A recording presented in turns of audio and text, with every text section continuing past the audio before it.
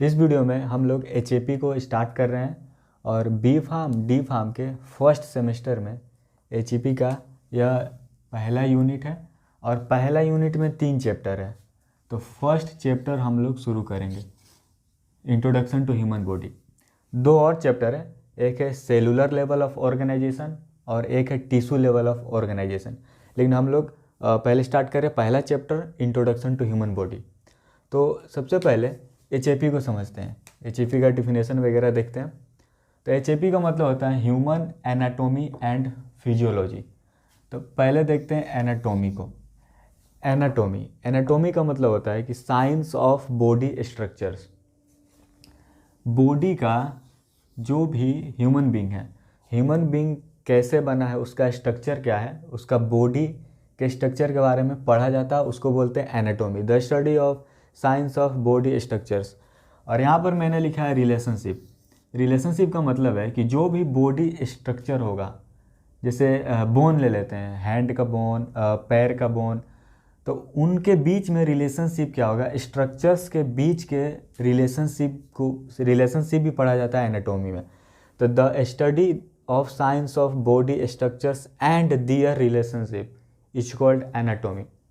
अब बात करते हैं कि एनाटॉमी का डिवीजन, ये किन किन पार्ट्स में इसको डिवाइड किया गया है एनाटॉमी को। तो एनाटॉमी को बहुत सारे पार्ट में डिवाइड किया गया है, लेकिन मेजरली हम लोग पढ़ते हैं माइक्रोस्कोपिक एनाटॉमी और माइक्रोस्कोपिक एनाटॉमी। तो माइक्रोस्कोपिक एनाटॉमी का दूसरा नाम है ग्रोस एनाटॉमी। माइक्रोस्कोपिक एनाटॉमी को ग्रोस एनाटॉमी भी बोल सकते हैं। तो माइक्रोस्कोपिक एनाटॉमी को बोलते हैं structure of large body, study of large body structure.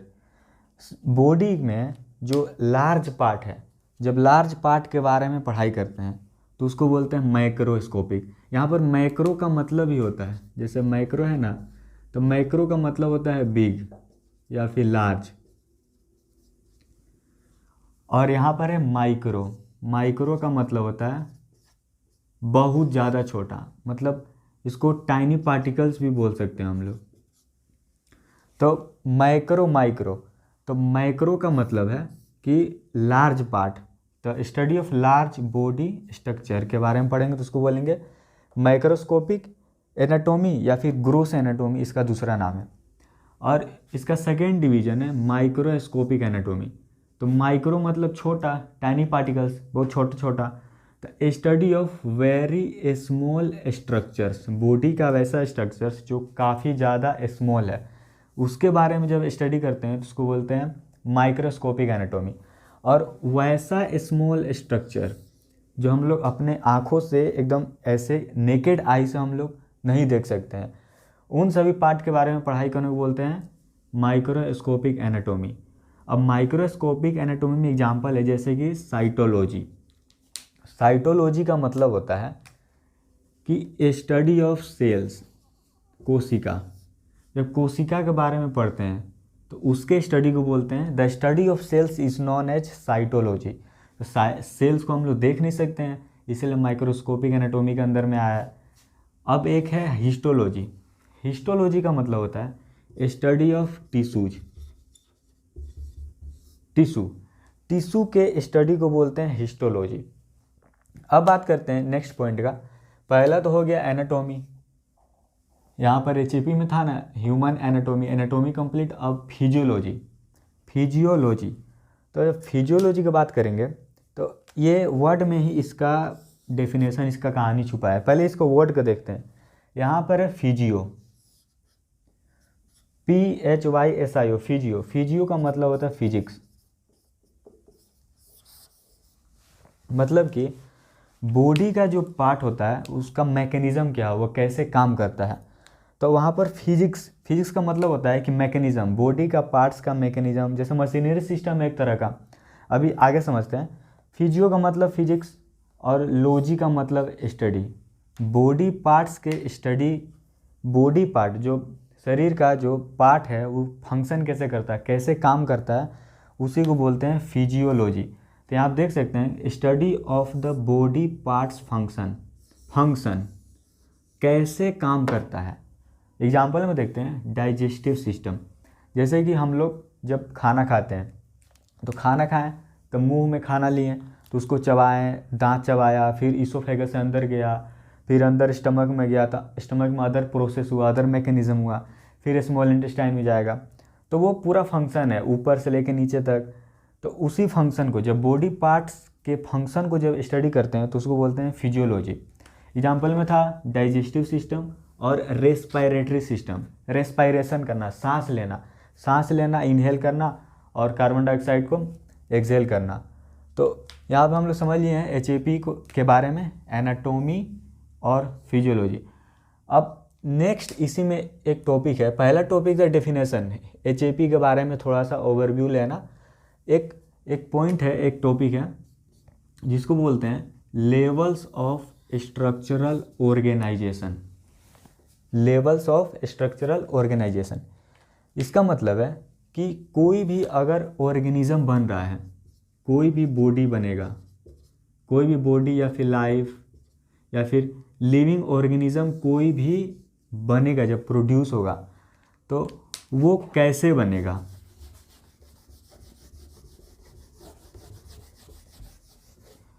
कोई भी बॉडी बनेगा तो कैसे बनेगा, उसका ऑर्गेनाइजेशन कैसे होगा, वो क्या क्या उसके अंदर कंपोनेंट रहेगा, क्या क्या पार्ट रहेगा, कैसे कैसे बनेगा, उसी के बारे में पढ़ते हैं। उसका स्ट्रक्चरली कैसे बनेगा। तो जब कोई भी ऑर्गेनिज्म बनता है, कोई भी लाइफ बनता है, कोई भी जीव बनता है, तो सबसे पहले केमिकल्स होता है उसका।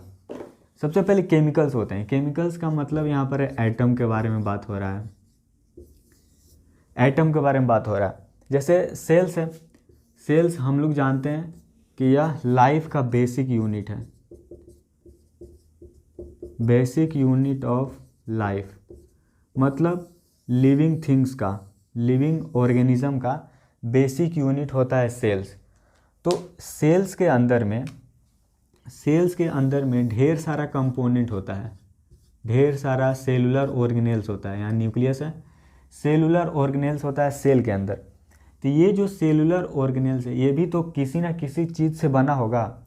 तो ये जितने भी पार्ट है ये सेल का पार्ट हो गया, ये सब सेल का पार्ट है। तो ये जितने भी पार्ट है ये किसी ना किसी चीज़ से बना होगा, उसी को बोलते हैं केमिकल्स। तो सेल केमिकल से मिलकर बना हुआ है, मतलब एटम से मिलकर बना हुआ है।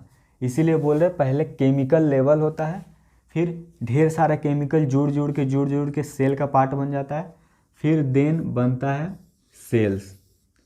सेल बन गया, अब सेल से टिश्यू बनता है। तो ढेर सारा सेल, ग्रुप ऑफ सेल्स। जब ढेर सारा सेल इकट्ठा होगा, जुड़ेगा और किसी एक तरह का काम करेगा, कोई एक तरह का जब फंक्शन करेगा तो उसको बोलते हैं टिश्यू। तो group of cells is called tissue. अब टिश्यू बन गया, सेल्स से टिश्यू बन गया। अब टिश्यू बनने के बाद अब बनेगा ऑर्गन। तो टिश्यू बना, ढेर सारा सेल्स कंबाइन हुआ, टुगेदर आया और फिर कि एक तरह का फंक्शन करने लगा तो उसको बोलेंगे टिश्यूज। टिश्यूज अब दो या दो से अधिक, टू और मोर टिश्यू, दो या दो से अधिक टिश्यू जब मिल के एक जैसा काम करेगा तो उसको बोलेंगे ऑर्गन। यहाँ पर ऑर्गन बन गया। ऑर्गन मतलब जैसे स्किन एग्जाम्पल में ले सकते हैं, स्किन, आई, नोज, ये सब है ऑर्गन का एग्जाम्पल। अब ऑर्गन बन गया है, अब ऑर्गन से बनेगा ऑर्गन सिस्टम, एक सिस्टम बनेगा। तो ढेर सारा ऑर्गन जब इकट्ठा होगा, जुड़ेगा और एक पर्टिकुलर काम करेगा तब उसको बोलेंगे ऑर्गन सिस्टम। अब ढेर सारा ऑर्गन सिस्टम जुड़ेगा तो बनाएगा एक बॉडी, मतलब लाइफ, एक लाइफ बनेगा, एक जीव का निर्माण होगा, एक जीव बनेगा। तो यहाँ पर ऑर्गन सिस्टम ह्यूमन बॉडी में 11 होते हैं। हम लोग आने वाले वीडियोस में ये 11 जो बॉडी सिस्टम्स है, ऑर्गन सिस्टम्स, इनके बारे में बात करेंगे। अब हम लोग एक नेक्स्ट टॉपिक के बारे में बात करते हैं। अब हम लोग बात करते हैं बेसिक लाइफ प्रोसेस के बारे में। यह एक टॉपिक है, अभी हम लोगों ने 2 टॉपिक पढ़ा, अब ये तीसरा टॉपिक है। तो बेसिक लाइफ प्रोसेसेस का मतलब होता है कि कोई भी ऑर्गेनिज्म है, जैसे ह्यूमन बॉडी, ह्यूमन बॉडी, तो उसके अंदर में बेसिक प्रोसेसेस क्या होता है। वैसे तो ढेर सारा प्रोसेस होता है, लेकिन बेसिक प्रोसेस क्या है सर्वाइव करने के लिए, तो बेसिक प्रोसेसेस टॉपिक है। तो इसमें पहला जो प्रोसेस है वो है मेटाबॉलिज्म। अब मेटाबॉलिज्म का मतलब होता है कि जितने भी बॉडी में रिएक्शंस होते हैं, केमिकल रिएक्शंस, उन्हीं को बोलते हैं मेटाबॉलिज्म। तो ऑल केमिकल रिएक्शंस,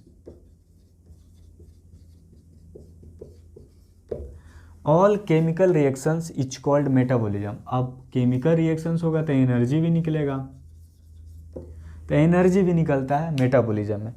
अब समझते हैं कि यह जो मेटाबॉलिज्म है यह कितने तरह का है। तो बेसिकली मेटाबॉलिज्म दो तरह के होते हैं, एक है कैटाबॉलिज्म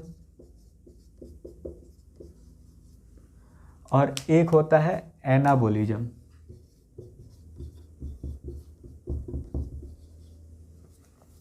कैटाबॉलिज्म को हम लोग ब्रेकअप भी बोल सकते हैं ऐसे समझने के लिए, और एनाबॉलिज्म को मेकअप। अब यहाँ पर ब्रेकअप और मेकअप का मतलब है, जैसे कैटाबॉलिज्म में हम बोल रहे हैं कि कैटाबॉलिज्म को ब्रेकअप ही बोल सकते हैं। इसका मतलब कि कैटाबॉलिज्म में ब्रेकअप प्रोसेस होता है, मतलब कि जो लार्ज मॉलिक्यूल्स होते हैं, जो लार्ज मॉलिक्यूल्स होते हैं वो टूटते हैं स्मॉल मॉलिक्यूल्स में, स्मॉल मॉलिक्यूल्स में, मतलब कि टूटा, ब्रेक हुआ, इसलिए बोले ब्रेकअप। अब इसका एग्जाम्पल हम लोग देख सकते हैं कैटाबॉलिज्म का, जैसे कि सेल्स में होता है ग्लूकोज, ग्लूकोज, तो ग्लूकोज से यहाँ पर ऑक्सीजन रिएक्ट करेगा, ग्लूकोज के पास ऑक्सीजन आता है रेस्पिरेशन से, अब ये बनाएगा, टूटता है, ये ग्लूकोज को टूटना है, टूट कर एनर्जी देना है, तो ग्लूकोज ये वाटर बनेगा प्लस CO2 रिलीज होने के लिए बनेगा और एनर्जी बनेगा, और एनर्जी बनता है बॉडी में ATP के रूप में, जो हम लोग काम करने के लिए, उठने बैठने सोने के लिए, अपने बॉडी को मूव करने के लिए हमको क्या चाहिए, एनर्जी चाहिए। तो कैटाबॉलिज्म में हम लोगों ने देखा कि यहाँ पर कॉम्प्लेक्स मॉलिक्यूल्स था ग्लूकोज, ग्लूकोज H2O में, CO2 में, इन सभी चीज़ों में टूटा और बनाया क्या, एनर्जी बनाया, ATP बनाया। तो यह हो गया स्मॉल मॉलिक्यूल्स और यह हो गया लार्ज मॉलिक्यूल्स। तभी हम लोगों ने देख लिया कैटाबॉलिज्म प्रोसेस को। अब देखते हैं एनाबॉलिज्म। तो यहाँ पर देखेंगे कि एनाबॉलिज्म को मैंने बोला मेकअप, इसको मेकअप समझ सकते हैं। यहाँ पर टूट रहा था कैटाबॉलिज्म में, लेकिन एनाबॉलिज्म में बनेगा, तो बोलते हैं कि यहाँ पर सिंथेसिस होता है। सिंथेसिस मतलब बनना, synthesis of proteins from amino acid, from amino acid. Amino acid यह एक क्या है, स्मॉल मॉलिक्यूल्स है। अमीनो एसिड स्मॉल मॉलिक्यूल्स है, और ये स्मॉल मॉलिक्यूल्स मिल के बना रहा है लार्ज मॉलिक्यूल को, प्रोटीन को। तो यहाँ पर लार्ज मॉलिक्यूल्स टूटता है स्मॉल मॉलिक्यूल्स में, और यहाँ पर स्मॉल मॉलिक्यूल्स मिलकर बनाता है लार्ज मॉलिक्यूल प्रोटीन। तो कैटाबॉलिज्म तोड़ने वाला काम करता है, एनाबॉलिज्म बनाने वाला काम करता है। और इन दोनों को मिलाकर, जब इन दोनों को मिलाएंगे, इन दोनों को मिलाकर कलेक्टिवली बोला जाता है मेटाबॉलिज्म। मेटाबॉलिज्म, यहाँ पर हम लोगों ने मेटाबॉलिज्म समझ लिया। अब बात करते हैं रिस्पॉन्सिवनेस के बारे में, तो रिस्पॉन्स के बारे में।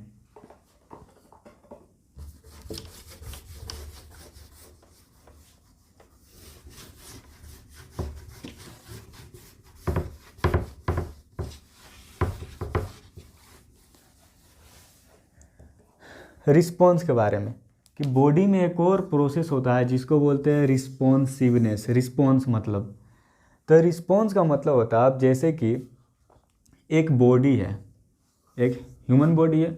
अब ह्यूमन बॉडी में कोई सपोज डेट कोई पैथोजन, कोई माइक्रो ऑर्गेनिज्म अटैक किया, अटैक करेगा तो इन्फेक्शन होगा, इन्फ्लामेशन होगा। तो जब कोई चीज़ अटैक किया या फिर ह्यूमन बॉडी इन्वायरमेंट में एटमॉस्फेयर में रहता है, तो एटमॉस्फेयर में जैसे टेम्परेचर चेंज हुआ, ठंडी आया, गर्मी आया, तो हमारा बॉडी रिस्पॉन्स करने लगा कि बॉडी का टेम्परेचर बढ़ना। तो जब कोई माइक्रो ऑर्गेनिज्म अटैक करेगा, बॉडी में एंट्री करेगा या एटमॉस्फेयर में कोई चेंजिंग होगा, तो हमारा बॉडी रिस्पॉन्स करता है, मतलब बताता है। जैसे एग्जांपल देखते हैं कि जैसे माइक्रो ऑर्गेनिज्म अटैक किया, तो माइक्रो ऑर्गेनिज्म अटैक करेगा तो बॉडी में स्वेलिंग आ जाएगा या फिर इन्फेक्शन होगा, तो हमारा बॉडी का टेम्परेचर क्या होगा, फीवर हो जाएगा, बॉडी का टेम्परेचर बढ़ जाएगा। तो वो रिस्पॉन्स कर रहा है, मतलब वो बता रहा है कि हमारे बॉडी में कोई चीज़ एंट्री कर गया है और रिस्पॉन्स करके बोल रहा है कि अब इसको निकालना पड़ेगा। तो इसी प्रोसेस को समझा जाता है, बोला जाता है रिस्पॉन्सिवनेस, मतलब रिस्पॉन्स कर रहा है हमारा बॉडी। तो सेकेंड पॉइंट भी समझ लिए। थर्ड पॉइंट है मूवमेंट।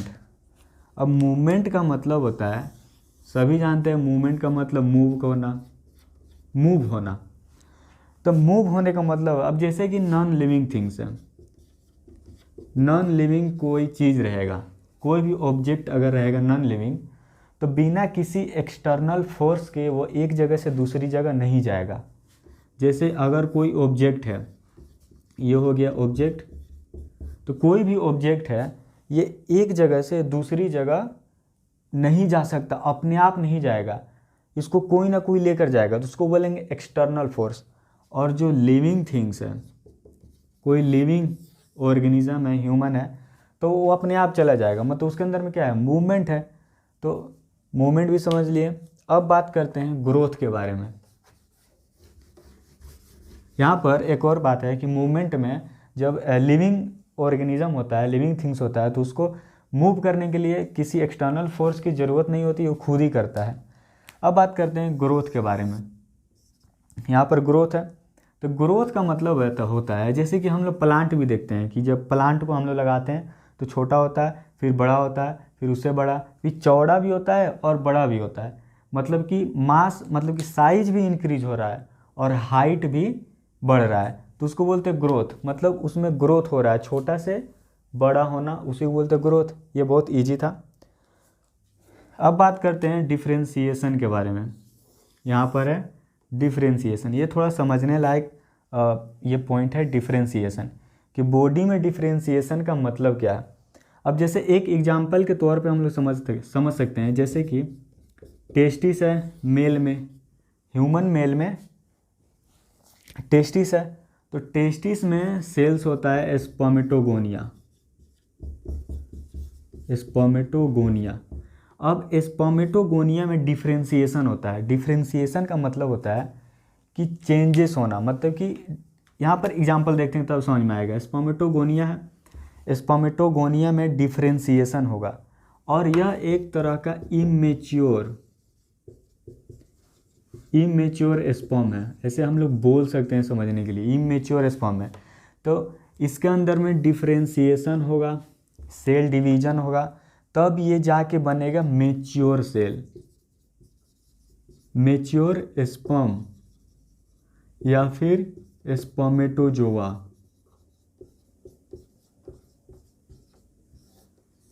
क्या हो रहा है, स्पर्मेटोगोनिया में डिफ्रेंशिएशन हो रहा है, सेल डिवीजन हो रहा है, वो अपने आप को बढ़ा रहा है, वो जितना में है इतना में है, तो ये बढ़ा रहा है, फिर ये बढ़ रहा है, तो डिफ्रेंशिएशन हो रहा है। ये इमेच्योर था और ये मेच्योर बन गया। तो डिफ्रेंशिएशन का मतलब यही होता है कि इमेच्योरिटी को हटाना, मेच्योरिटी को लाना। और भी ढेर सारे एग्जांपल हो सकता है, आगे हम लोग इसके बेसिक टॉपिक, जब ये हम टॉपिक पढ़ेंगे तो इसके बेसिक में जाकर और अच्छे से समझने का कोशिश करेंगे। अभी हम लोगों ने बस ओवरव्यू लिया, इंट्रोडक्शन लिया, क्योंकि चैप्टर ये इंट्रोडक्शन टू ह्यूमन बॉडी, तो बस थोड़ा थोड़ा इंट्रोडक्शन लेना है, समझना है। नेक्स्ट पॉइंट है रिप्रोडक्शन।